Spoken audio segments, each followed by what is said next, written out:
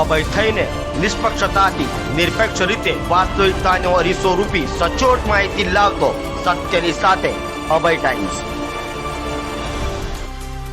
VNSGU દ્વારા પણ ગુજરાત યુનિવર્સિટીમાં વિદેશી હુમલાની ઘટના બાદ તકેદારી રાખવામાં આવી છે।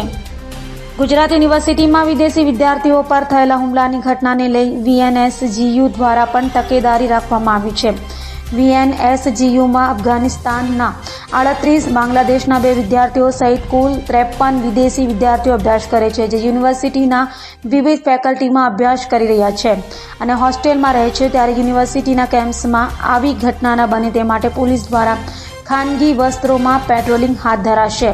તેમજ જો કોઈ આવી ઘટના બને તો વોટ્સએપ ગ્રુપમાં મેસેજ કરી જાણ કરવા માટે વિદેશી વિદ્યાર્થીઓને સૂચના પણ અપાઈ છે। યુનિવર્સિટી અને સુરત શહેર માન્ય પોલીસ કમિશનર સાહેબના નેતૃત્વની અંદર એમની ટીમ અને આપણું વહીવટી તંત્ર જરૂરી મોનિટરિંગ ટીમ અને સાદા દેશની અંદર પોલીસ વ્યવસ્થા તંત્ર ગોઠવીને આપણી યુનિવર્સિટીની અંદર 53 જેટલા વિદેશી વિદ્યાર્થીઓ અભ્યાસ કરી રહ્યા છે।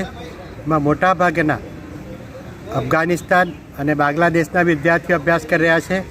આ વિદ્યાર્થીઓ ગર્લ્સ હોસ્ટેલ અને બોયઝ હોસ્ટેલ, લાઇબ્રેરી અને જ્યાં જ્યાં અભ્યાસ કરી રહ્યા છે ત્યાં પણ અમારી મોનિટરિંગ ટીમ અને પોલીસ તંત્રની ખાનગી ટેસ્ટની ટીમ ગોઠવી દેવામાં આવી છે।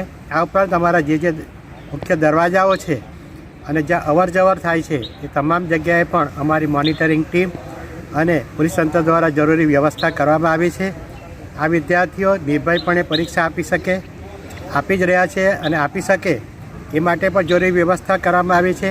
એમનું વોટ્સઅપ ગ્રુપ પણ બનાવવામાં આવ્યું છે, જેથી તરત જ અમને એની માહિતી મળી શકે અને કોઈપણ પ્રકારની અપ્રિય ઘટના ન બને તેને માટે જરૂરી સંકલન પણ કરવામાં આવી રહ્યું છે અને કંઈ ઘટના બને તો તાત્કાલિક કડકમાં કડક પગલાં લેવા માટેના આદેશો પણ જારી કરી દેવામાં આવ્યા છે અને અમારી પોતાની પણ ખાનગી સિક્યુરિટી ટીમ જરૂરી સંકલન કરી રહી છે।